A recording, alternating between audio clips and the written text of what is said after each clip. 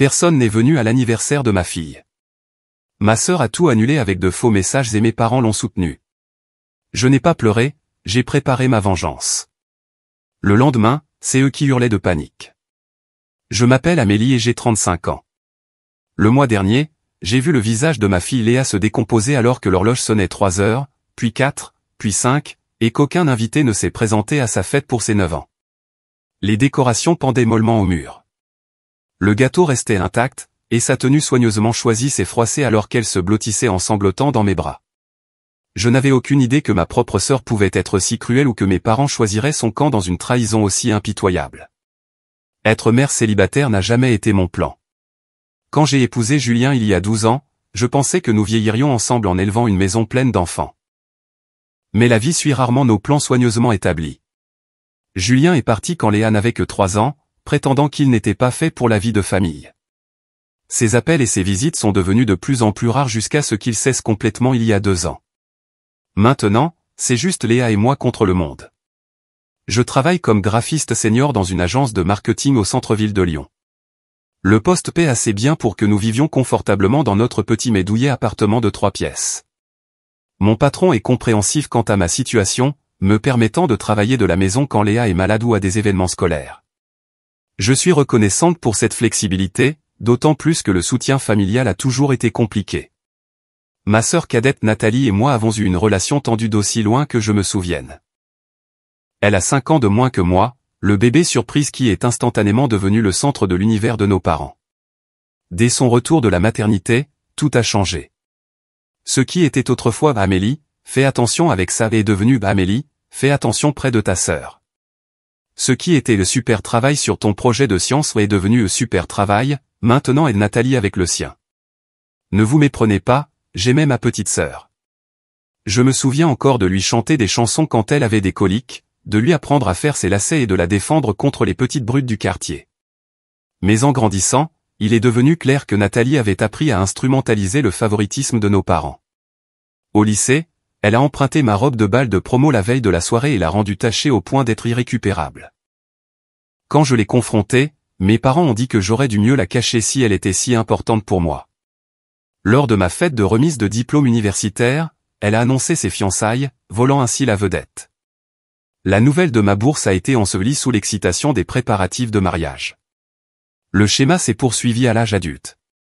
Quand j'ai eu ma première grande promotion, Nathalie a soudainement eu besoin de fonds d'urgence pour une réparation de voiture. Mes parents m'ont appelé pour me demander si je pouvais partager ma bénédiction avec ma sœur.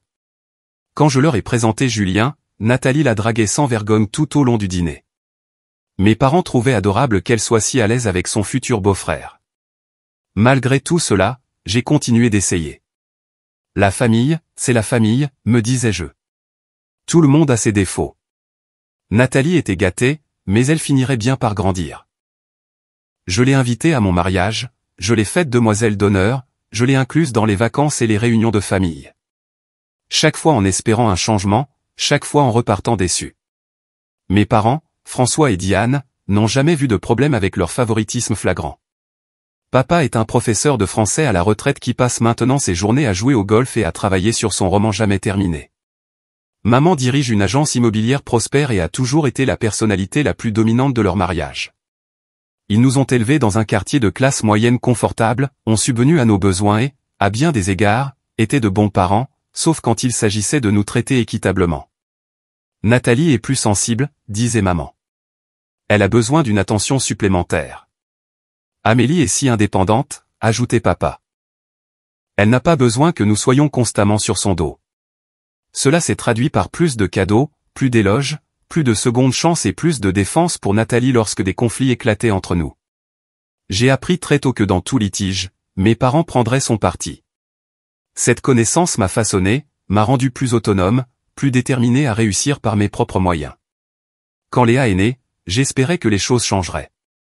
Mes parents allaient sûrement adorer leur petite fille, vouloir s'impliquer dans sa vie, et dans une certaine mesure, ils l'ont fait.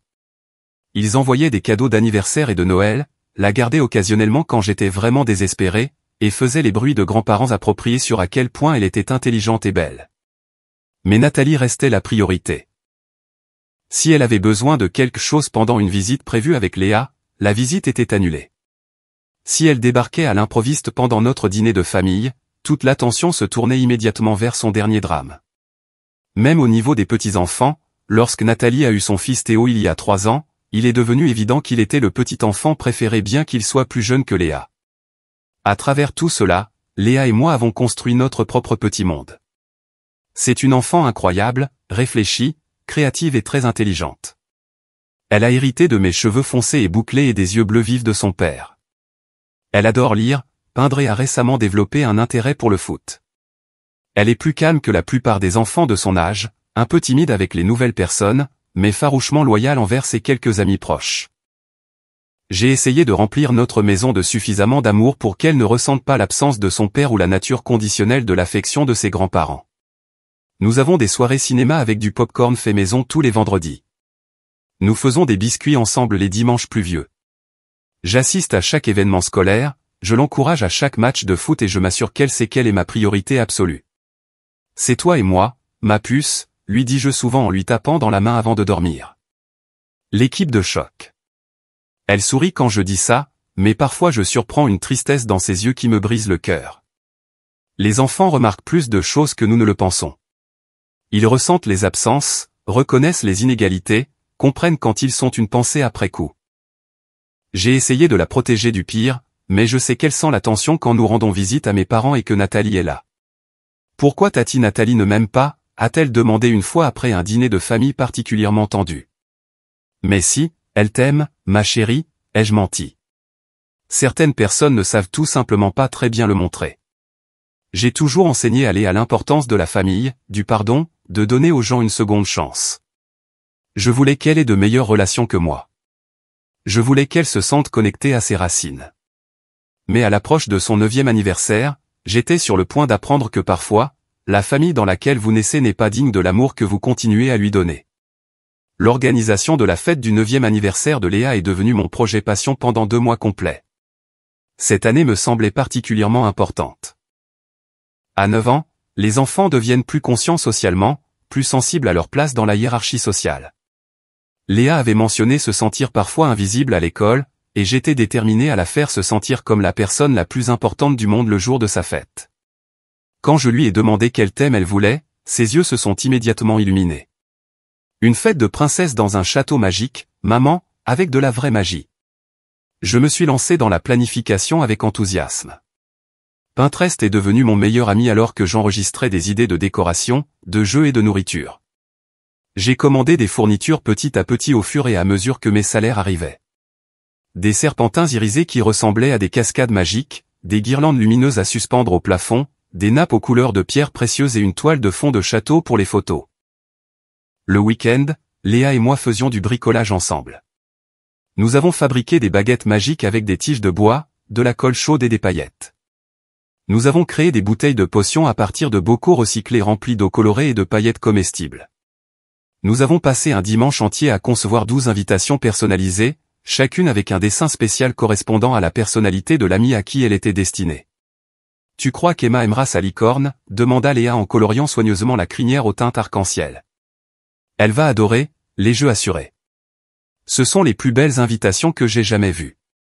La liste des invités a été soigneusement choisie.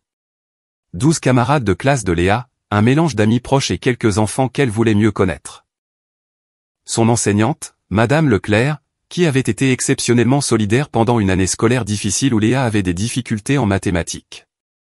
Mes 2 amis les plus proches, Sarah et Jeanne, qui étaient des tatas de cœur pour Léa, et bien sûr, mes parents et Nathalie.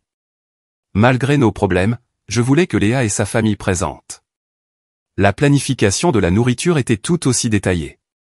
J'ai commandé un gâteau de château à 3 étages personnalisé dans une pâtisserie locale, avec des paillettes comestibles, un pont-levis et de minuscules figurines de princesses. Pour les options salées, j'avais prévu des queues de dragon, graissins torsadés, des baguettes magiques, brochettes de fruits, et un festin royal, mini sandwich. Tout était adapté aux enfants, mais assez spécial pour être magique. J'ai loué une machine à barbe à papa et une fontaine de chocolat, faisant une petite folie, car la joie sur le visage de Léa quand je lui ai parlé de ses ajouts valait chaque euro. J'ai aussi organisé la venue d'une maquilleuse pour 2 heures. Une autre surprise dont Léa ne savait rien. Les jeux étaient conçus pour divertir un groupe de jeunes de 9 ans sans être trop compétitifs. Une chasse au trésor avec des indices cachés dans notre appartement et la cour de l'immeuble. Un atelier de fabrication de potions où les enfants pouvaient mélanger des ingrédients sûrs pour créer des concoctions colorées et pétillantes. Une cérémonie de couronnement de princesse où chaque enfant recevrait une couronne personnalisée. 2 jours avant la fête, j'ai confirmé avec chaque parent. Les 12 enfants venaient. Madame Leclerc a confirmé aussi, ainsi que Sarah et Jeanne. Maman a envoyé un texto disant qu'il serait là, sauf urgence. J'ai choisi d'ignorer l'excuse intégrée et de me concentrer sur le positif. La veille de la fête, Léa était trop excitée pour dormir. Elle n'arrêtait pas de se lever pour vérifier que sa robe de fête spéciale était toujours accrochée à la porte de son placard, une merveille violette avec des étoiles argentées et assez de tulle dans la jupe pour qu'elle se sente comme une reine. « Tu penses que ce sera mon meilleur anniversaire de tous les temps ?» demanda-t-elle alors que je l'abordais pour la 3e fois. « Je pense que ça va être magique », ai-je promis en l'embrassant sur le front. Je suis resté debout jusqu'à 2 heures du matin, finissant les décorations, préparant les sacs cadeaux et m'assurant que tout était parfait. Chaque sac contenait un petit dragon en peluche, une bouteille de bulle, un crayon de princesse et des biscuits faits maison en forme de couronne, emballés individuellement et attachés avec un ruban. Le matin de la fête, je me suis réveillé à 6 heures pour commencer à tout installer. La fête n'était pas avant 14 heures, mais il y avait encore tant à faire. J'ai transformé notre modeste salon en une salle de château magique. Des serpentins tombaient en cascade du plafond. Des lumières scintillantes créaient un effet étoilé contre les murs. La table était dressée avec des assiettes et des gobelets aux couleurs de pierres précieuses, avec le présentoir à gâteau attendant au centre sa pièce maîtresse. Léa s'est réveillée et a eu le souffle coupé en voyant la transformation.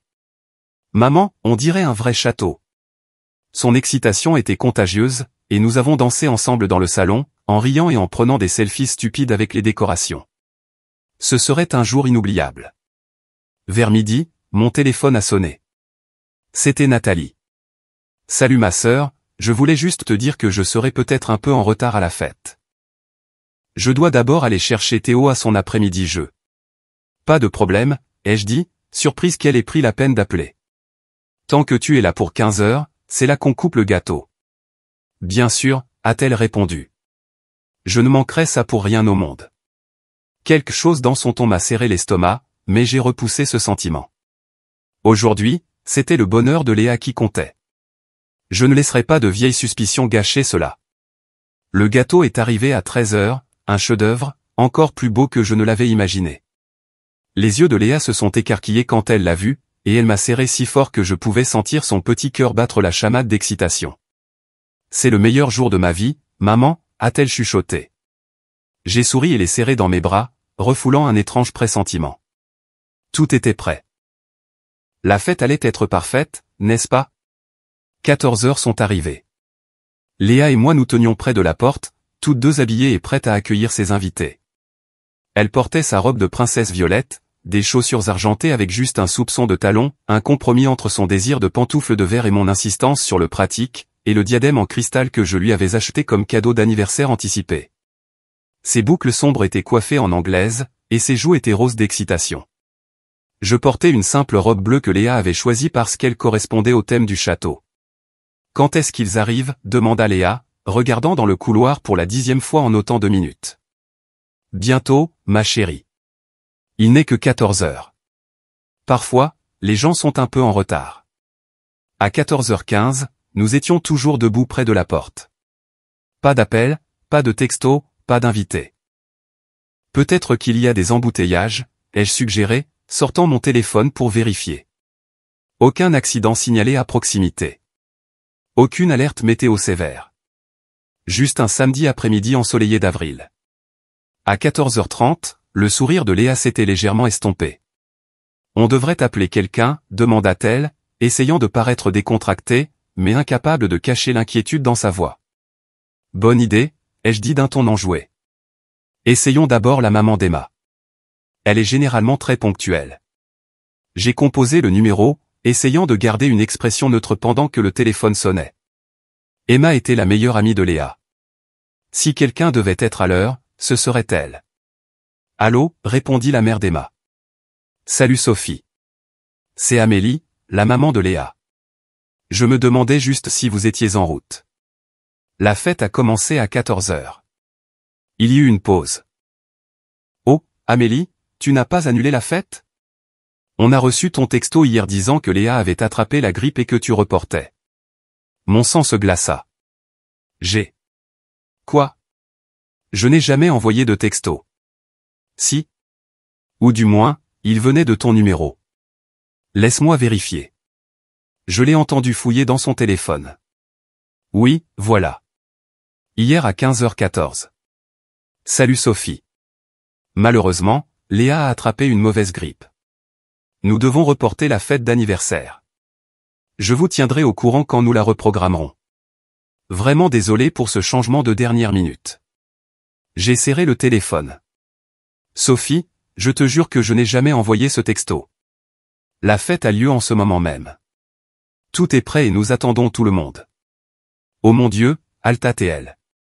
C'est terrible. Qui ferait une chose pareille? Nous avons fait d'autres plans maintenant. Nous sommes chez les grands-parents d'Emma, à 1 heure de route. Mais je vais dire à Emma ce qui s'est passé. Elle va être anéantie. Je comprends, dis-je machinalement. Ce n'est pas de votre faute. J'ai raccroché et j'ai immédiatement appelé le parent suivant sur la liste, puis le suivant, et le suivant. Tous avaient reçu le même texto. Tous avaient fait d'autres plans. Personne ne pouvait venir maintenant. Pendant que je passais ces appels, Léa était assise sur notre canapé, son diadème légèrement de travers, me regardant avec une compréhension et une dévastation croissante sur son visage. J'ai essayé de la protéger des conversations, mais notre appartement était petit. Il n'y avait nulle part où se cacher. Après que le 6e appel a confirmé la même histoire, la lèvre inférieure de Léa a commencé à trembler. « Personne ne vient, n'est-ce pas ?» demanda-t-elle d'une petite voix. Je me suis assise à côté d'elle, la serrant fort dans mes bras. Il semble qu'il y ait eu une erreur, ma chérie.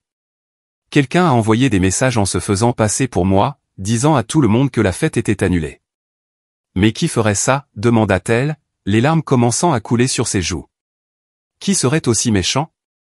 J'avais mes soupçons, mais je ne pouvais pas me résoudre à les exprimer à ma fille au cœur brisé. Au lieu de cela, je la serrai plus fort. Je ne sais pas, ma chérie, mais on va trouver.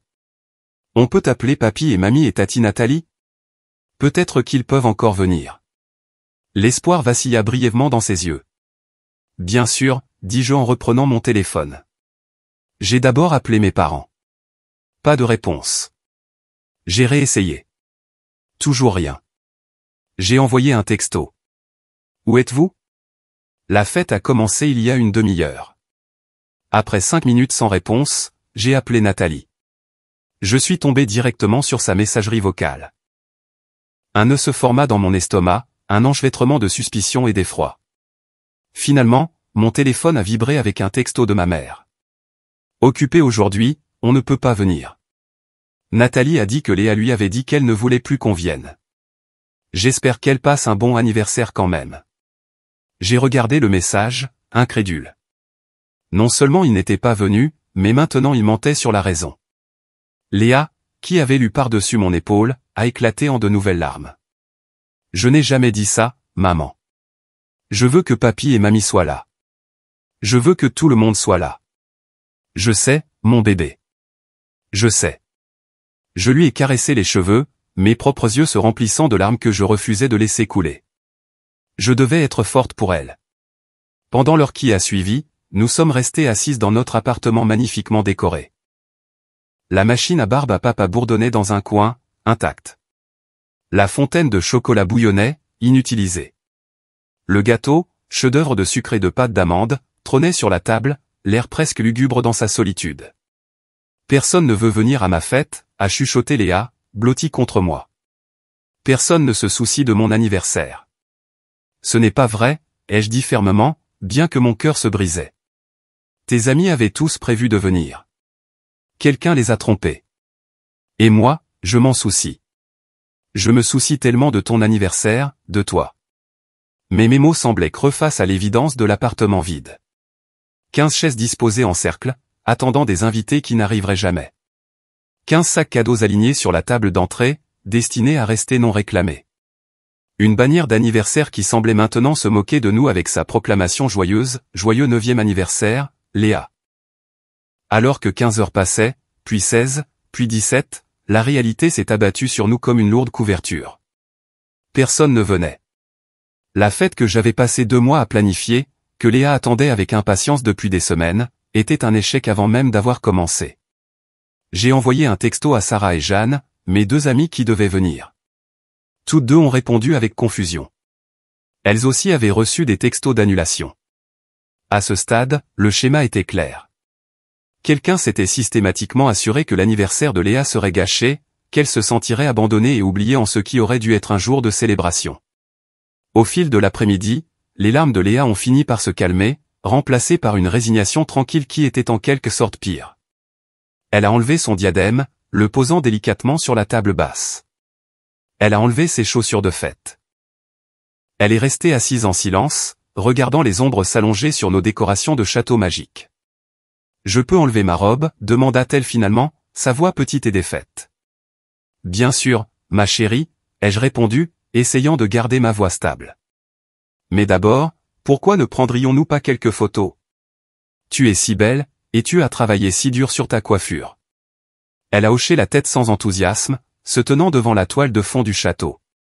Alors que je prenais quelques photos, son sourire était forcé, rien à voir avec l'excitation sincère qui avait illuminé son visage ce matin-là.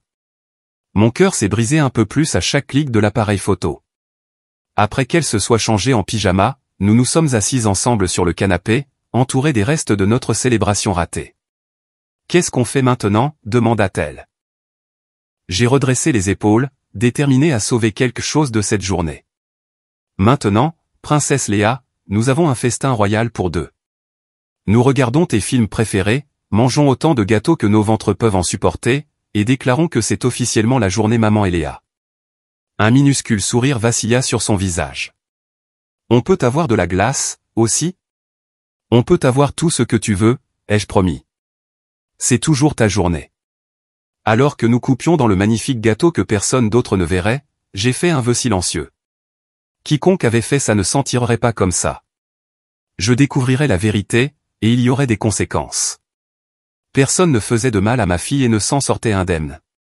Après notre célébration improvisée, Léa s'est finalement endormie vers 21 heures, émotionnellement épuisée par les déceptions de la journée.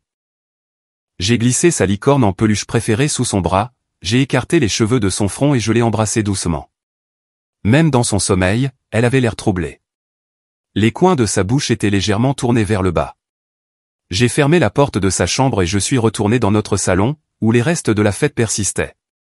Le gâteau, maintenant amputé de plusieurs parts. Les cadeaux non ouverts de ma part, empilés proprement sur la table basse. Nous avions décidé de les garder pour demain, quand elle se sentirait peut-être plus d'humeur à célébrer. Les décorations qui avaient pris des heures à installer semblaient maintenant se moquer de moi avec leur gaieté. J'ai commencé à les enlever méthodiquement, ayant besoin de faire quelque chose de physique avec la colère et le chagrin qui menaçaient de me submerger. En retirant les serpentins et en débranchant les guirlandes lumineuses, j'ai repassé la journée dans mon esprit, à la recherche d'indices. Qui ferait ça? Qui irait jusqu'à de tels extrêmes pour blesser un enfant? La réponse évidente me retourna l'estomac. Nathalie avait appelé ce matin-là en disant qu'elle serait en retard. Elle avait un accès facile à mes parents, pouvait les convaincre de n'importe quoi. Elle avait un passif de sabotage des événements importants de ma vie, mais envoyait de faux messages à une douzaine de familles, ruinant délibérément l'anniversaire d'un enfant? Cela semblait extrême, même pour elle. J'étais en train de plier la toile de fond du château quand mon téléphone a sonné avec un texto. C'était de Madame Leclerc, l'enseignante de Léa. Amélie, je viens de rentrer et j'ai vu tous les messages. Je suis tellement désolé pour ce qui s'est passé aujourd'hui. Je n'ai pas vérifié mon téléphone avant maintenant car j'étais à un atelier. Je suis terriblement désolé d'avoir manqué la fête de Léa. Y a-t-il quelque chose que je puisse faire? J'ai rapidement répondu par texto. Merci de prendre des nouvelles. Léa dort maintenant, mais elle serait ravie de vous voir à l'école lundi. Puis-je vous demander? Avez-vous aussi reçu un message d'annulation? 3 points sont apparus immédiatement. Oui, en effet. Laissez-moi vous en faire une capture d'écran. Un instant plus tard, une image est apparue sur mon écran. Elle montrait un texto d'un numéro qui me semblait familier mais n'était pas le mien. Madame Leclerc, malheureusement, nous devons annuler la fête d'anniversaire de Léa demain. Elle a attrapé la grippe. Nous la reprogrammerons bientôt. Amélie. J'ai fixé le numéro. Ce n'était pas mon numéro de portable actuel, mais il me semblait étrangement familier. Puis ça m'a frappé. C'était mon ancien numéro, celui que j'avais changé il y a 2 ans après la finalisation du divorce. J'avais voulu un nouveau départ, libre des souvenirs associés à cette période de ma vie. Mais qui aurait accès à cet ancien numéro? J'avais informé tout le monde de mes nouvelles coordonnées. Tout le monde, sauf ceux qui avaient déjà mon nouveau numéro quand je l'ai changé. Ma famille proche, mes parents. Nathalie. Alors que je réalisais, un autre texto est arrivé de Madame Leclerc. Ce n'est pas votre numéro actuel, n'est-ce pas? Je viens de réaliser que je vous ai enregistré différemment dans mes contacts. Non, ai-je répondu, mes doigts tremblant légèrement en tapant. C'est mon ancien numéro d'il y a 2 ans. Quelqu'un l'utilise pour se faire passer pour moi. C'est horrible. Avez-vous contacté la police? Je n'y avais même pas pensé. La police prendrait-elle cela au sérieux? C'était une blague cruelle. Oui, mais était-ce criminel? Je n'étais pas sûr. Pas encore, ai-je répondu par texto. J'essaie encore de comprendre ce qui s'est passé. Après avoir dit bonne nuit à Madame Leclerc, je me suis assise sur le canapé avec mon ordinateur portable, une nouvelle détermination m'animant. J'ai d'abord ouvert Facebook, parcourant les publications récentes des membres de ma famille. Rien de mes parents, mais Nathalie avait été active, très active. Sa publication la plus récente, datant d'il y a 4 heures à peine, a fait bouillir mon sang, un selfie souriant avec la légende, profiter d'un fabuleux week-end à l'auberge du lac avec maman et papa. Parfois, il faut juste se faire plaisir. Temps sans famille se passe sans regret. La photo la montrait se prélassant au bord d'une piscine, ma mère visible à l'arrière-plan sur une chaise longue. Le complexe hôtelier était à moins d'1 heure de route de notre ville. Pendant que Léa pleurait son anniversaire gâché, il passait une journée au spa. J'ai continué à faire défiler, cherchant plus de preuves. Hier après-midi, à peu près au moment où les faux messages ont été envoyés, Nathalie avait publié « Projet du week-end, détente, temps en famille et absolument zéro drame. J'ai hâte.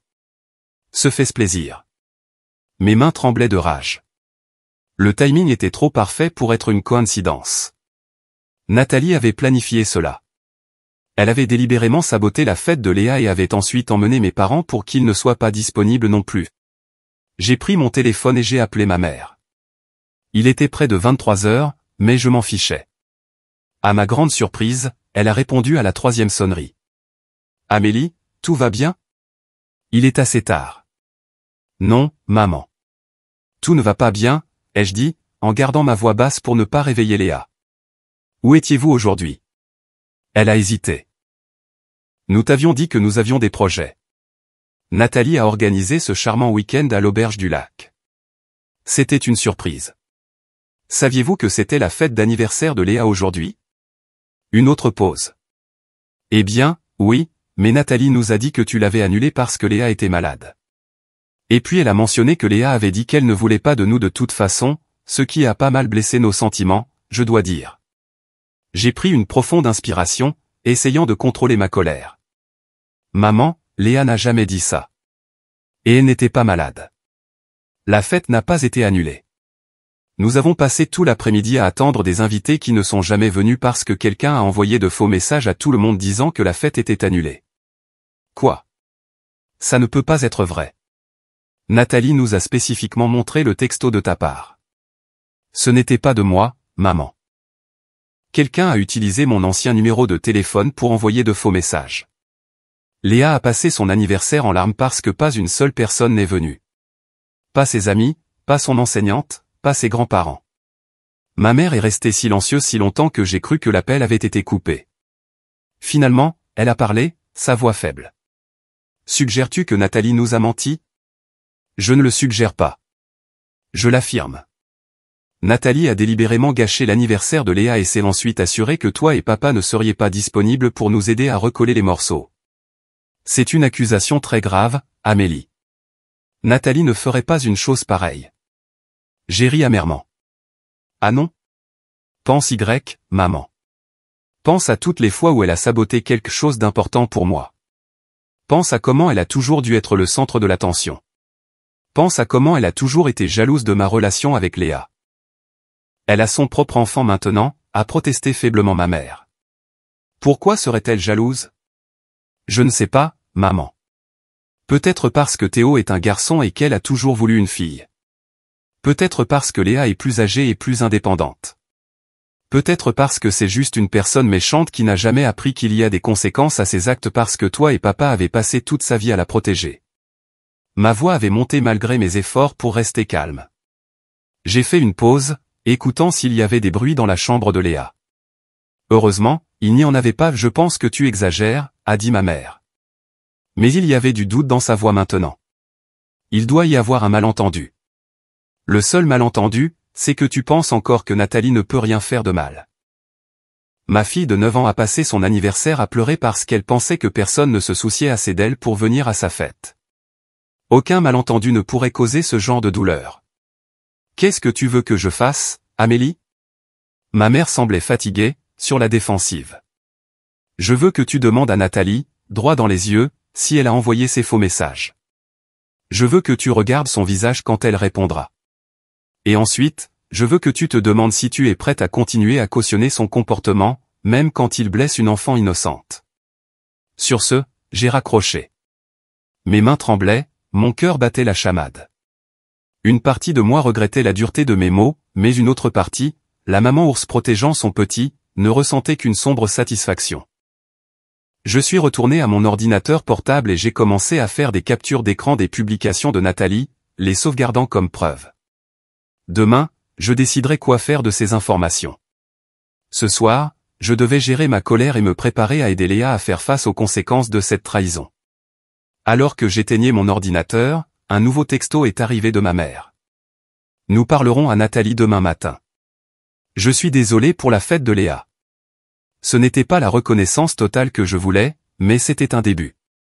J'ai répondu par un simple merci et j'ai mis mon téléphone de côté. Puis je suis allé dans la chambre de Léa et j'ai jeté un coup d'œil à sa forme endormie. Ses joues étaient encore légèrement gonflées d'avoir pleuré, mais sa respiration était profonde et régulière. Demain serait un autre jour. D'une manière ou d'une autre, je réparerais ça pour elle. Et pour les responsables, il y aurait des comptes à rendre. Le dimanche matin s'est levé, clair et lumineux, un contraste saisissant avec la tempête émotionnelle qui faisait encore rage en moi. Léa s'est réveillée, réservée mais essayant de faire bonne figure, un trait qu'elle avait hérité de moi. Nous avons pris le petit déjeuner ensemble, des pancakes aux pépites de chocolat, une gâterie spéciale, et avons ouvert ses cadeaux. Son sourire en déballant les fournitures d'art et les livres que j'avais choisis était sincère, même s'il n'était pas aussi éclatant qu'il l'aurait été dans d'autres circonstances. « Maman », dit-elle avec hésitation en serrant le nouveau dragon en peluche contre sa poitrine. « Je peux te demander quelque chose ? Tout ce que tu veux, ma chérie.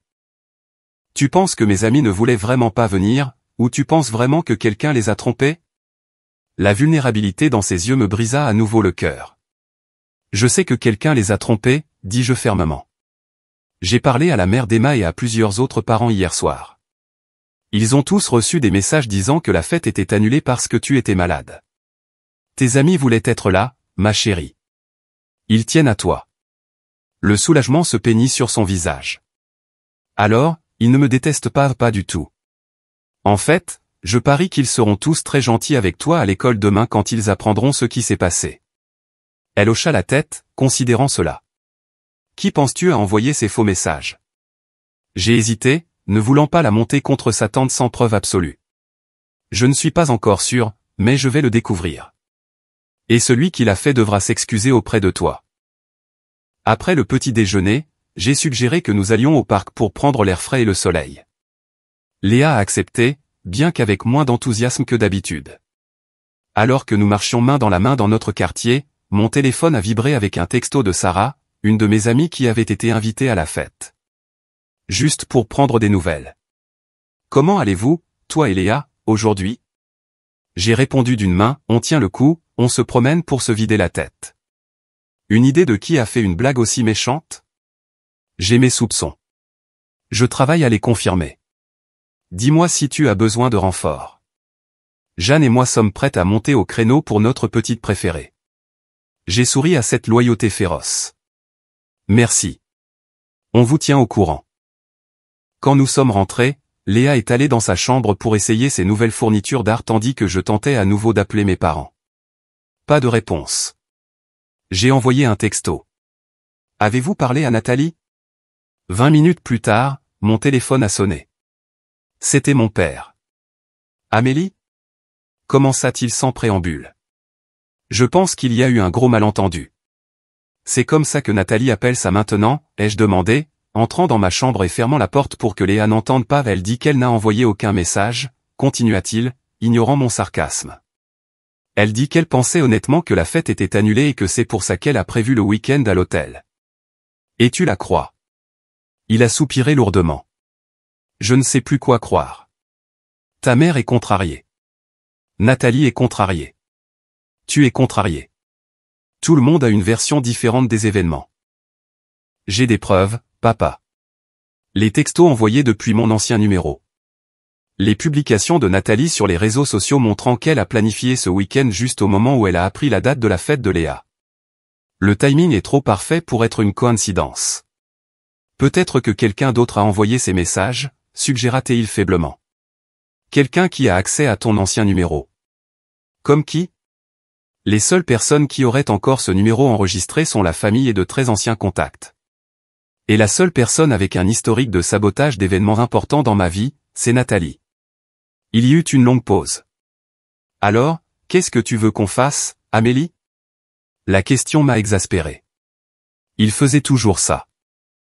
Me demandait de résoudre les problèmes que Nathalie créait, d'être la plus intelligente, de trouver une solution qui ne leur demanderait pas de vraiment discipliner leur fille préférée. Je veux que vous la teniez pour responsable, dis-je, ma voix montant malgré mes efforts pour rester calme.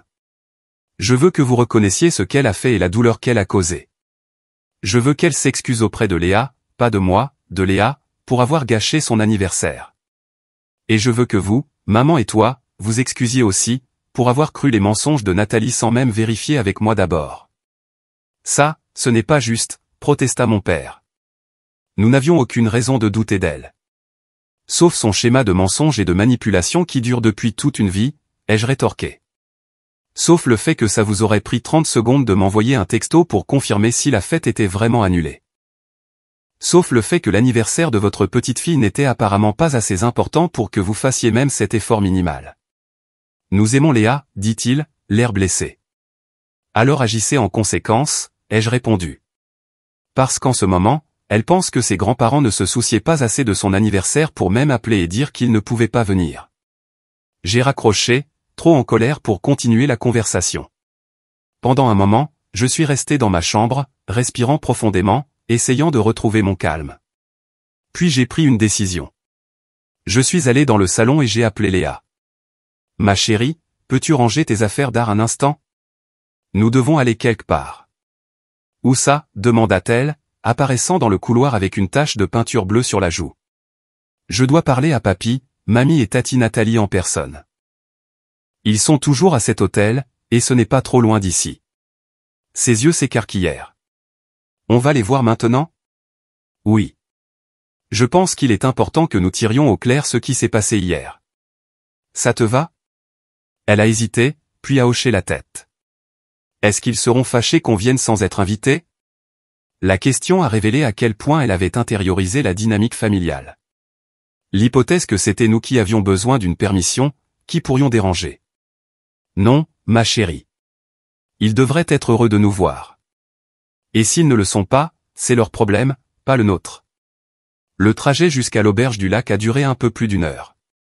J'ai passé le temps à répéter mentalement ce que je voulais dire, essayant de trouver des mots qui exprimeraient ma colère sans complètement couper les ponts. Léa était silencieuse à côté de moi, regardant le paysage défiler par la fenêtre. « Ça va ?» ai-je demandé, tendant la main pour lui serrer la sienne. « J'ai un peu peur » a-t-elle admis. « Et si tati Nathalie me déteste vraiment ? Alors ce serait sa perte, dis-je fermement. Mais il ne s'agit pas de toi, ma chérie. Il s'agit des problèmes de tati Nathalie avec moi. Tu n'es qu'une victime innocente. Nous sommes arrivés à l'hôtel vers 14 heures. C'était un endroit chic avec des jardins manucurés et un grand bâtiment central entouré de plus petits chalets. Le parking était à moitié plein, principalement de voitures chères. J'ai garé ma berline pratique entre une BMW et une Mercedes, me sentant un peu déplacé. « Tu sais où il loge ?» demanda Léa alors que nous nous dirigions vers le bâtiment principal. « Pas exactement, mais j'ai une assez bonne idée de l'endroit où les trouver. » J'avais vu la piscine sur le selfie de Nathalie, et l'arrière-plan suggérait que c'était la piscine principale de l'hôtel plutôt qu'une piscine privée. Et en effet, alors que nous traversions le hall et suivions les panneaux indiquant la piscine, je les ai repérés immédiatement. Ma mère et mon père étaient assis à une table sous un parasol, un verre à la main. Nathalie se prélassait sur une chaise longue à proximité, faisant défiler son téléphone. Ils avaient l'air détendus, insouciants. Mon sang ne fit qu'un tour à cette vue. Léa serra ma main plus fort alors que nous approchions. Quand nous fûmes à environ 6 mètres, ma mère leva les yeux et nous vit. Ses yeux s'écarquillèrent de choc. « Amélie, Léa, qu'est-ce que vous faites ici ?» La surprise dans sa voix attira l'attention de mon père et de Nathalie. Mon père se leva maladroitement. Nathalie resta assise, bien que sa posture se raidît visiblement. « Nous sommes venus pour parler, dis-je, ma voix stable malgré la colère qui bouillonnait en moi, de ce qui s'est passé hier. Ce n'est pas vraiment le moment ni l'endroit, commença ma mère en jetant un coup d'œil aux autres clients de l'hôtel. Quand serait un meilleur moment, maman? Après que vous ayez tous passé un bon week-end de détente, pendant que Léa continue de penser que sa famille ne se souciait pas assez de venir à sa fête d'anniversaire? Mon père s'avança, tendant les mains dans un geste apaisant. Amélie, s'il te plaît, ne faisons pas de scène. Je ne fais pas de scène, ai-je répondu, même si je sentais ma voix monter. Je demande une explication. Je veux savoir pourquoi quelqu'un a envoyé de faux messages annulant la fête de Léa. Je veux savoir pourquoi aucun de vous n'a pris la peine de vérifier directement avec moi avant de supposer que la fête n'avait pas lieu. Je veux savoir pourquoi vous êtes tous ici à passer un merveilleux week-end pendant que ma fille s'est endormie en pleurant la nuit dernière. Les gens aux tables voisines commençaient à nous regarder. Nathalie se leva enfin, l'air à la fois sur la défensive et embarrassée. Je n'ai envoyé aucun faux message, dit-elle, sa voix artificiellement calme. Je t'ai dit que je pensais que la fête était annulée. Alors qui a utilisé mon ancien numéro de téléphone pour envoyer un texto à tout le monde sur la liste des invités, qui savait exactement qui était invité et comment les contacter? Qui avait accès à ces informations, Nathalie? Elle rougit. Comment pourrais-je le savoir? Peut-être qu'un des petits amis de Léa a fait une blague. Un enfant de 9 ans a piraté mon ancien numéro de téléphone? Un enfant de 9 ans a contacté 12 familles et une enseignante avec le même message, parfaitement synchronisé pour que personne n'ait la chance de vérifier avec moi? C'est ton explication? Ma mère s'interposa entre nous. Amélie, s'il te plaît. Nathalie dit qu'elle ne l'a pas fait. Pourquoi mentirait-elle sur quelque chose comme ça? Le dernier fil de ma patience se rompit. Parce qu'elle a menti toute sa vie. Parce qu'elle a toujours été jalouse de toute attention qui ne lui est pas destinée. Parce qu'elle n'a jamais fait face aux conséquences de ses actes de toute sa vie, grâce à vous deux. Léa tira sur ma main, mal à l'aise avec la tension croissante. Je pris une profonde inspiration, essayant de me calmer pour elle. J'ai des preuves, dis-je en sortant mon téléphone. Je leur ai montré les captures d'écran de Madame Leclerc, la chronologie des publications de Nathalie sur les réseaux sociaux. Ça ne prouve rien, protesta Nathalie, bien que sa voix ait perdu une partie de sa conviction. Ah non? Tu as publié sur la planification d'un week-end sans drame exactement au moment où les faux messages ont été envoyés. Tu as convaincu maman et papa de venir avec toi dans un hôtel à 1 heure de la ville le jour exact de la fête de Léa. Tu t'es assuré qu'ils ne vérifieraient pas avec moi directement en leur disant que Léa avait dit qu'elle ne voulait pas d'eux. Un mensonge complet. Mon père avait l'air de plus en plus mal à l'aise. Ma mère regardait Nathalie avec les premières lueurs de doute que j'ai jamais vues dans son expression. C'était juste une stupide fête d'enfants, éclata soudainement Nathalie. Ce n'est pas comme si c'était si important. Léa est jeune. Elle ne s'en souviendra même plus dans quelques années. Un hoquet de surprise collectif s'éleva des spectateurs qui assistaient désormais ouvertement à notre confrontation. Mes parents semblaient choqués et Léa, ma douce et sensible fille, regardait sa tante avec une blessure et une confusion écrite sur tout son visage. « Est-ce un aveu ?» demandai-je doucement. « Viens-tu d'admettre avoir ruiné l'anniversaire d'une fillette de 9 ans parce que tu pensais que ce n'était pas si grave ?» Nathalie réalisa son erreur trop tard. Elle fit rapidement marche arrière. Ce n'est pas ce que je voulais dire. Je voulais juste dire que tu exagères, que tu en fais toute une histoire. J'ai sorti mon téléphone à nouveau, cette fois en ouvrant la galerie de photos. J'ai trouvé les photos que j'avais prises de Léa hier, magnifique dans sa robe de princesse, mais avec les yeux rougis et un sourire forcé. Cela me brisa à nouveau le cœur. Voici ma fille, après avoir passé des heures à attendre des invités qui ne sont jamais venus, dis-je, montrant d'abord le téléphone à mes parents, puis le tournant pour que Nathalie puisse voir. Dis-moi encore que j'exagère. La main de ma mère vola à sa bouche. Les épaules de mon père s'affaissèrent. Même Nathalie eut la décence de détourner le regard. C'était censé être une blague, dit-elle doucement. Je n'ai pas réfléchi. Je n'ai pas réalisé. Tu n'as pas réfléchi, j'acquiesçai. Tu ne le fais jamais. Tu ne considères jamais comment tes actions pourraient blesser d'autres personnes, surtout quand ces personnes sont moi ou ma fille. Ce n'est pas juste, protesta-t-elle faiblement. Non, ce qui n'est pas juste, c'est qu'une enfant de 9 ans voit son anniversaire gâché parce que sa tante est trop égoïste et immature pour la laisser avoir une journée qui ne tourne pas autour de Nathalie. Ma mère retrouva enfin sa voix. Nathalie, as-tu vraiment envoyé ces messages? Nathalie semblait piégée. Elle jeta un coup d'œil à l'audience que nous avions rassemblée, puis au visage de mes parents, puis à Léa, qui la regardait avec une dignité tranquille qui me rendit intensément fier. C'était juste censé être une petite blague, admit-elle finalement. Je ne pensais pas que ce serait si grave. Les enfants sont résilients.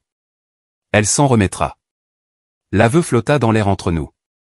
Mes parents semblaient abasourdis, comme s'ils ne pouvaient pas tout à fait croire ce qu'ils entendaient. Plusieurs spectateurs secouèrent la tête de dégoût. Et puis Léa, ma courageuse et merveilleuse fille, s'avança. « Pourquoi tu me détestes, Tati Nathalie ?» demanda-t-elle simplement. La franchise de la question, l'innocence avec laquelle elle a été posée, sembla percer les défenses de Nathalie d'une manière que rien d'autre n'aurait pu faire. Elle parut sincèrement frappée.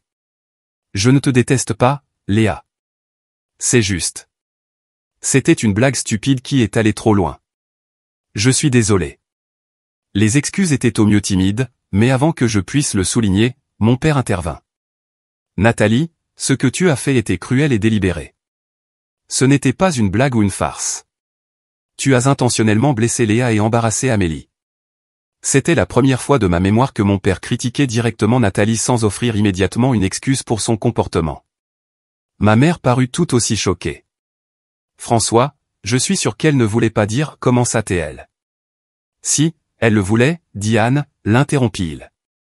Elle vient de l'admettre, et il est temps que nous arrêtions de faire semblant. À ce moment-là, quelque chose a changé dans notre dynamique familiale. Une vérité qui avait été enterrée pendant des décennies a finalement éclaté au grand jour. Et alors que je me tenais là, tenant la main de ma fille, regardant la prise de conscience se dessiner sur les visages de mes parents, j'ai ressenti un étrange mélange de justification et de tristesse. La confrontation avait atteint son apogée. Vint maintenant la suite. Le retour de l'hôtel fut plus silencieux que l'aller, mais c'était un silence différent. Au lieu de la tension, il y avait un sentiment de résolution, voire de soulagement. J'avais enfin dit les choses que je retenais depuis des années. La vérité était sortie. Et bien que ça fasse mal, ça nous a aussi libérés. « Ça va, maman ?» demanda Léa à mi-chemin. Sa petite main se posa sur mon bras. Je la regardais, cet enfant remarquable qui parvenait à s'inquiéter pour les autres même quand c'était elle qui avait été blessée. « Je vais bien, ma chérie. Et toi ?» Elle considéra la question sérieusement. « Je me sens mieux de savoir que Tati Nathalie ne voulait pas me rendre triste, dit-elle finalement, mais je suis aussi confuse quant à la raison pour laquelle elle ferait quelque chose comme ça. Parfois, les gens font des choses blessantes parce qu'ils souffrent à l'intérieur, expliquai-je. Ça ne le rend pas juste, mais ça peut t'aider à l'expliquer. Tati Nathalie a toujours eu du mal à partager l'attention. Elle ne pouvait pas supporter l'idée que tu aies une journée spéciale qui ne tourne pas autour d'elle. C'est idiot, dit Léa avec la logique simple d'un enfant. Tout le monde a des anniversaires. Je souris. Tu as raison. C'est idiot. Et plus que ça, c'est mal. Que va-t-il se passer maintenant, demanda-t-elle. Avec papy, mamie et Tati Nathalie. C'était la question que je me posais depuis notre départ de l'hôtel. Mes parents avaient été visiblement secoués par l'aveu de Nathalie et par la prise de position inattendue de mon père contre elle. Nathalie elle-même s'était retirée dans un silence maussade, refusant de dire quoi que ce soit de plus après ses excuses timides. Nous étions partis peu après, ma mère promettant de m'appeler plus tard. Je ne suis pas sûr, admis-je. Je pense que nous devons donner à tout le monde un peu de temps pour réfléchir à ce qui s'est passé. Mais les choses seront différentes maintenant. Parfois, il faut se défendre, même envers les gens qu'on aime. Comme tu l'as fait aujourd'hui, dit Léa avec une admiration évidente. Comme nous l'avons fait toutes les deux, corrigeai-je en lui serrant la main. Quand nous sommes rentrés à la maison, il était tard dans l'après-midi. J'ai suggéré une soirée tranquille avec pizza et film. Léa a accepté avec enthousiasme, et bientôt nous étions blottis ensemble sur le canapé. Les événements de la journée temporairement mis de côté en faveur de princesse animée et d'une pizza au chorizo et au fromage. Mais alors que Léa s'endormait cette nuit-là, mon esprit était déjà en train d'échafauder des plans. Ce n'était pas fini. Je refusais de laisser l'anniversaire de Léa être défini par la déception et le drame familial. Il devait y avoir un moyen de renverser la situation, de créer un nouveau souvenir qui éclipserait le douloureux. Je suis resté debout tard, passant des appels et envoyant des textos à tous ceux qui avaient été invités à la fête originale. J'ai expliqué ce qui s'était passé et j'ai proposé une fête d'anniversaire session de rattrapage pour le week-end suivant. La réponse a été extrêmement positive. Les parents étaient horrifiés par ce qui s'était passé et désireux de se rattraper auprès de Léa. Madame Leclerc a proposé d'aider à coordonner avec les familles de l'école. Mes amis Sarah et Jeanne se sont immédiatement portés volontaires pour aider à l'installation et aux fournitures supplémentaires. À minuit, j'avais les confirmations des 12 camarades de classe de Léa, plus Madame Leclerc, Sarah, Jeanne, et même quelques autres parents qui voulaient montrer leur soutien. J'ai commandé un nouveau gâteau, encore plus spectaculaire que le premier, et j'ai engagé un photographe professionnel pour documenter l'événement. Cette fois, il n'y aurait aucun doute que Léa était célébrée et aimée. Le lendemain matin, je me suis réveillé avec un texto de mon père. Pouvons-nous parler? Juste toi et moi. Nous nous sommes arrangés pour nous retrouver pour un café pendant que Léa était à l'école. Quand je suis arrivé au café, mon père était déjà là, l'air plus vieux et plus fatigué que je ne l'avais jamais vu. Je te dois des excuses, dit-il sans préambule alors que je m'asseyais. En fait, je te dois environ 30 ans d'excuses. J'ai été surprise par sa franchise. Que veux-tu dire? Il a soupiré lourdement. Ta mère et moi, nous n'avons pas été justes avec toi. Nous avons toujours attendu de toi que tu sois la responsable, la compréhensive, tout en trouvant des excuses pour le comportement de Nathalie. Hier m'a fait voir à quel point cela a été dommageable, non seulement pour toi, mais aussi pour Nathalie. Nous ne lui avons rendu aucun service en la protégeant des conséquences de ses actes. C'était peut-être la conversation la plus honnête que nous ayons jamais eue. Pendant l'heure qui a suivi, nous avons parlé ouvertement de la dynamique familiale qui avait façonné nos relations. Il a admis qu'ils avaient favorisé Nathalie parce qu'elle avait été une enfant plus exigeante, alors que j'avais été autonome dès mon plus jeune âge. Nous avons profité de ta force, dit-il tristement. Nous nous sommes appuyés dessus au lieu de la nourrir. Au moment de nous séparer, quelque chose avait changé entre nous. Ce n'était pas une guérison complète. Des décennies de schémas ne pouvaient pas être défaites en une seule conversation, mais c'était un début. Il a promis de parler à ma mère et de fixer des limites plus claires avec Nathalie. Il a également demandé s'il pouvait assister à la fête reprogrammée de Léa, une demande qui m'a profondément touché. Bien sûr, lui ai-je dit. Léa serait ravie de t'avoir là. Et ta mère, demanda-t-il avec hésitation. J'y ai réfléchi. Si elle est prête à reconnaître ce qui s'est passé et à s'excuser auprès de Léa, alors oui, elle est la bienvenue aussi. Et Nathalie? C'était plus difficile. La blessure était encore fraîche, la douleur encore vive. Pas cette fois, dis-je finalement. Peut-être à l'avenir, si elle montre un remords sincère. Mais pour l'instant, je pense qu'il est préférable qu'elle garde ses distances. Il a hoché la tête, acceptant ma décision sans discuter. Une autre première. Quand Léa est rentrée de l'école ce jour-là, elle était de meilleure humeur que ce à quoi je m'attendais. Fidèle à ma prédiction, ses amis s'étaient ralliés à elle, exprimant leur déception d'avoir manqué sa fête et leur indignation en son nom quand ils ont appris ce qui s'était passé. Emma a dit que sa mère allait me faire une couronne spéciale, a-t-elle rapporté avec enthousiasme. Et Jackson m'a apporté des bonbons qu'il a eu à son anniversaire le mois dernier parce qu'il a dit que tout le monde mérite des bonbons d'anniversaire. J'ai souri, reconnaissante de la gentillesse des enfants. En parlant d'anniversaire, dis-je nonchalamment, que dirais-tu d'avoir une fête de rattrapage ce samedi? Ses yeux s'écarquillèrent. Une fête de rattrapage? C'est ça. J'ai déjà parlé aux parents de tous tes amis et tout le monde peut venir. Madame Leclerc aussi. Et papy. Vraiment? Son visage s'illumina d'espoir, puis s'assombrit légèrement. Et mamie et tati Nathalie? Mamie viendra peut-être, dis-je prudemment. On en discute encore. Tati Nathalie ne sera pas là cette fois. Je pense qu'on a tous besoin d'une petite pause les uns des autres en ce moment. Elle a hoché la tête, acceptant cela avec la résilience de l'enfance. On peut toujours avoir un thème de château? Absolument. Et j'ai commandé un gâteau encore plus grand et plus magique, plus quelques surprises que je ne vais pas encore te dévoiler. Elle m'a jeté les bras autour du cou dans une étreinte exubérante. Tu es la meilleure maman du monde. Le reste de la semaine s'est déroulé dans un tourbillon de préparatifs. Sarah et Jeanne sont venues plusieurs soirs m'aider à recréer les décorations qui avaient été enlevées. Ma mère a appelé, bien que notre conversation ait été tendue, elle s'est excusée pour son rôle dans le désastre de l'anniversaire et a demandé si elle pouvait assister à la fête reprogrammée. J'ai accepté à la condition qu'elle respecte les limites que j'avais fixées concernant Nathalie. Nathalie elle-même a envoyé un texto qui réussissait à être à la fois apologétique et défensif. Je suis désolé si ma blague est allée trop loin. Je ne voulais pas contrarier Léa.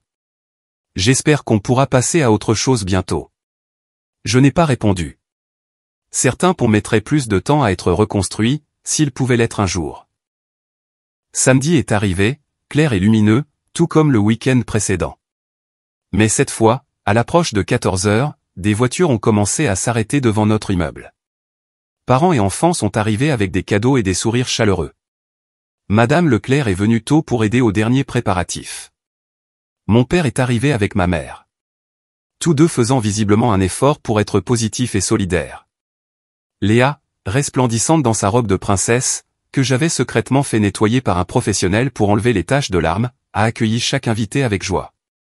La fête qui s'est déroulée a été tout ce que la première aurait dû être, pleine de rires, de jeux, d'amitié et de célébrations. La maquilleuse a créé des motifs magiques qui ont émerveillé les enfants. La chasse au trésor que j'avais redessinée a été un énorme succès, avec des indices menant à de petits prix pour tout le monde. Le nouveau gâteau, un château de 5 étages avec un pont-levis fonctionnel et des lumières LED qui le faisaient briller de l'intérieur, a suscité des applaudissements lors de sa révélation. Mais le moment le plus spécial est venu lors de l'ouverture des cadeaux. Après que Léa eut déballé les cadeaux de tous ses amis, Madame Leclerc s'est avancée avec un grand paquet plat. « Ceci vient de nous tous à l'école », a-t-elle dit. Chaque élève de notre classe a contribué. Léa a soigneusement retiré le papier cadeau pour révéler un magnifique album. À l'intérieur se trouvaient des notes manuscrites et des dessins de chaque enfant de sa classe, tous centrés sur le thème de l'amitié et de la célébration. La dernière page était un collage de photos prises pendant la fête, imprimé à la hâte et ajouté par l'un des parents qui avait discrètement pris des photos tout au long de l'après-midi. « Pour que tu te souviennes toujours que tu es aimé et célébré », a expliqué Madame Leclerc. Les larmes me sont montées aux yeux alors que Léa serrait le livre contre sa poitrine, son visage rayonnant de bonheur. C'était ce que j'avais voulu pour elle depuis le début. Pas seulement des cadeaux et un gâteau, mais la certitude qu'elle comptait pour les gens dans sa vie.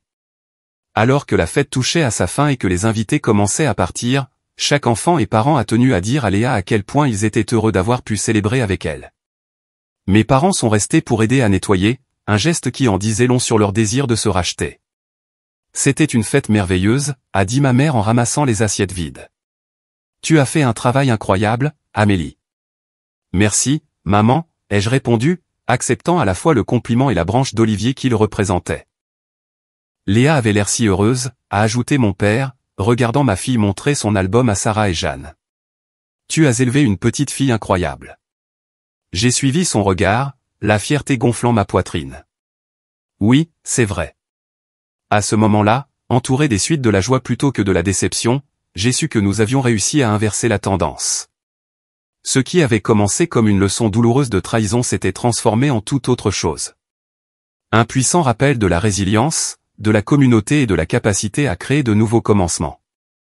Un mois s'est écoulé depuis l'incident de la fête d'anniversaire, et nos vies se sont installées dans une nouvelle normalité qui semble à la fois étrange et juste. Les suites immédiates ont été difficiles, car les dynamiques familiales changent rarement sans quelques douleurs de croissance. Mais alors que la poussière est retombée, je me suis retrouvé à réfléchir aux leçons que cette expérience nous a apprises, à Léa et à moi. Dans les jours qui ont suivi la fête de rattrapage, Léa a traversé une gamme d'émotions.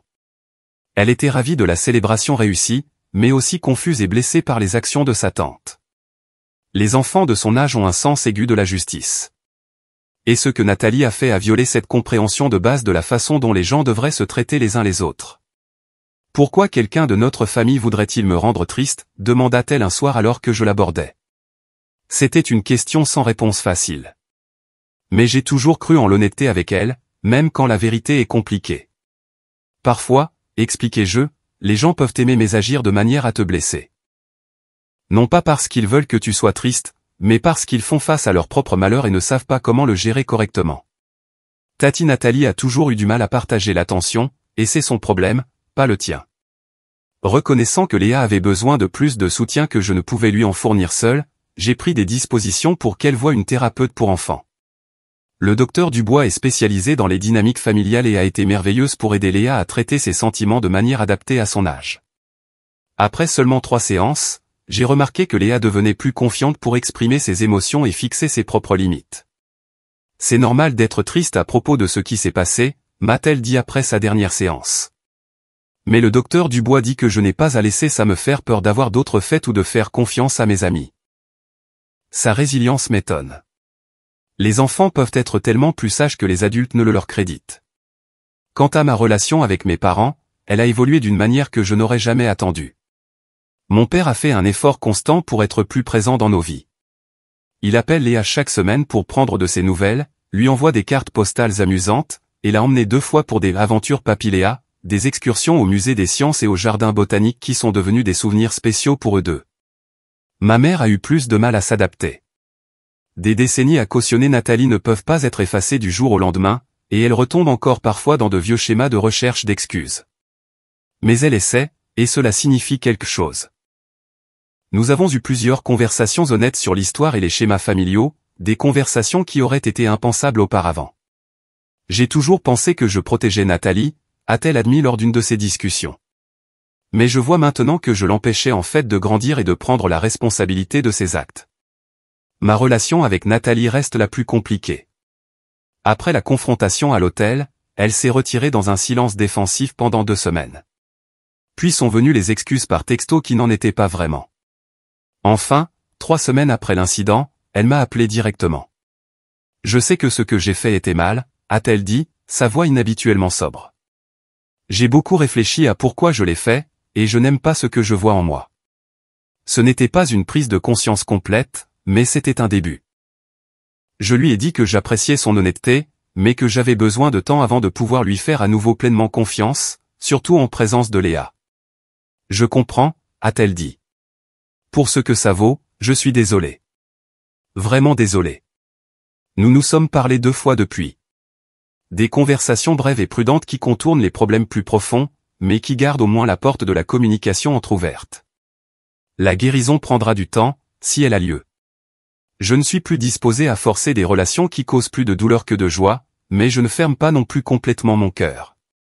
Pour ma part, j'ai découvert des forces que je ne savais pas posséder.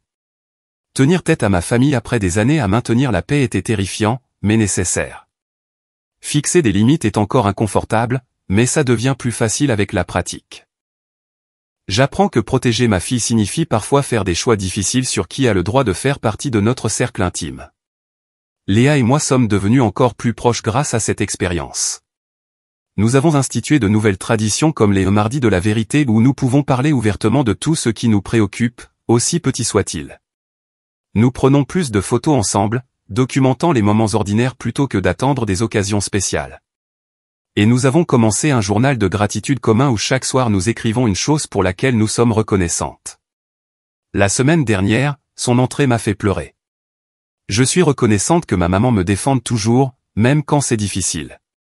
Les suites d'une trahison peuvent être un terrain fertile pour la croissance si nous le permettons. La douleur, lorsqu'elle est traitée sainement, peut se transformer en sagesse. La confiance, une fois brisée, peut être reconstruite plus forte qu'avant, avec des limites plus claires et des connexions plus authentiques. En ce qui concerne les changements pratiques, j'ai été plus intentionnel dans la construction d'un réseau de soutien au-delà de ma famille biologique. Sarah et Jeanne sont devenues encore plus intégrées dans nos vies, nous rejoignant pour des dîners hebdomadaires et aidant lorsque les échéances de travail se profilent. Je me suis connecté plus profondément avec d'autres parents de l'école de Léa, trouvant amitié et soutien mutuel là où il n'y avait auparavant que des connaissances occasionnelles. J'ai aussi appris à faire confiance à mon instinct plus facilement. Le sentiment de malaise que j'ai eu quand Nathalie a appelé le matin de la fête, c'était mon intuition qui essayait de m'avertir. Je n'ignorerai plus ces signaux, peu importe à quel point je veux croire le meilleur des gens. Le changement le plus profond a peut-être été dans ma vision de la famille elle-même.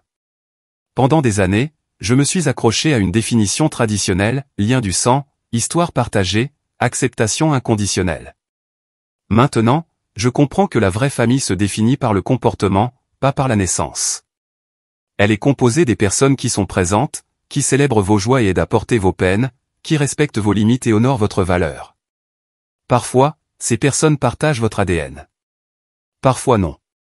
Léa et moi prenions le petit déjeuner dimanche dernier quand elle a soudainement levé les yeux de ses céréales avec une expression pensive. « Maman, dit-elle, j'ai pensé à ce qui s'est passé avec Tati Nathalie. Mon cœur s'est serré, craignant qu'elle ne soit encore troublée par le souvenir. Qu'est-ce qu'il y a, ma chérie ? Elle a remué ses céréales pensivement. Je pense que ça m'a appris quelque chose d'important. Qu'est-ce que c'est ? Ça m'a appris qu'il faut faire attention à qui on fait confiance, mais qu'il ne faut pas non plus arrêter de faire confiance à tout le monde parce qu'une personne vous a blessé. J'ai tendu la main sur la table et lui ai serré la sienne, une fois de plus étonné par sa sagesse. C'est exactement ça. Et c'est une leçon que beaucoup d'adultes n'apprennent jamais.